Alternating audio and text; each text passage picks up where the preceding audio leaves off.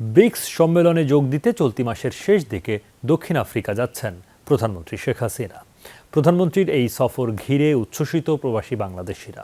প্রধানমন্ত্রীকে বরণ করে নেয়া এবং গণসংবর্ধনা দেয়া সহ নানা আয়োজন করার লক্ষ্যে ব্যস্ত সময় পার করছেন আওয়ামী লীগ ও অঙ্গ সংগঠনের নেতাকর্মীরা। দক্ষিণ আফ্রিকা থেকে সহকর্মী নুরুল আলমের প্রতিবেদনে বিস্তারিত। চলতি মাসের ২২ থেকে ২৪ তারিখ দক্ষিণ আফ্রিকার জোহানেসবার্গে অনুষ্ঠিত হবে এবারের ব্রিক্স সম্মেলন। সম্মেলনে যোগদানের কথা রয়েছে প্রধানমন্ত্রী শেখ হাসিনার। দক্ষিণ আফ্রিকা প্রায় ১.৫ লাখ প্রবাসী বাংলাদেশির বসবাস। বিভিন্ন সময় মন্ত্রী এমপিরা দেশটিতে গেলেও এবারই প্রথমবারের মতো বাংলাদেশের কোনো রাষ্ট্রপ্রধান যাচ্ছেন দক্ষিণ আফ্রিকায়। ফলে প্রধানমন্ত্রীর সফর ঘিরে উচ্ছ্বাস এবং সন্তোষ জানাচ্ছেন প্রবাসীরা। সর্বপ্রথম বাংলাদেশের যে কোনো সরকার প্রধান এই সাউথ আফ্রিকায় আসতেছেন, সেই হিসাবে উজ্জীবিত এবং আমাদের দলীয় নেত্রী হিসাবেও আমাদের মধ্যে আসলে আনন্দের বন্যা বয়ে যাচ্ছে।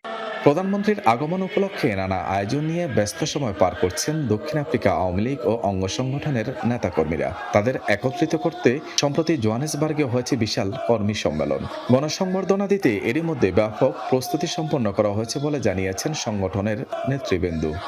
জননেত্রী শেখ হাসিনার ব্যাংকার হিসাবে আমরা প্রস্তুত আছি এবং জননেত্রী শেখ হাসিনাকে আমরা গণসম্বর্ধনা দেওয়ার জন্য আমরা নিরলসভাবে কাজ করে যাচ্ছি।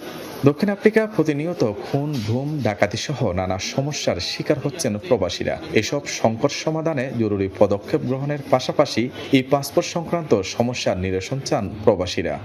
সবাই এখন পার্টি সংক্রান্ত বিষয়ে খুব জটিলতা মধ্যে আছে, সবাই এটা নিয়ে হয়রানি শিকার হচ্ছে। প্রধানমন্ত্রী যদি এটা নিয়ে একটু আলোচনা করে আমরা সব বাঙালি একটু উপভোগ করব। আমাদের এখানে ই পাসপোর্টটা অতি শীঘ্র যেন চালু করা হয়। পাসপোর্টের জন্য 5 বছরের পাসপোর্ট নিয়ে আমরা অনেক ভোগান্তির মধ্যে আছি।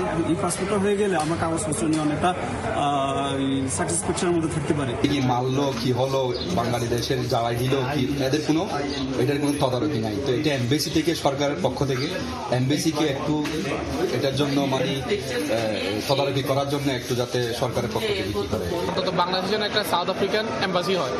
এম্বাসি হলে আমাদের সুবিধা হবে কি, যে আমাদের যে অবৈধ বাংলাদেশিরা আমরা এখানে আসি বা অবৈধভাবে থাকি বা বিভিন্ন প্রকার আশ্রয় নিয়ে থাকি, আমাদেরকে এত কষ্ট না করে সরাসরি আমরা বৈধ ভিসার মাধ্যমে বাংলাদেশ থেকে দক্ষিণ আফ্রিকা আগমন করতে পারবো।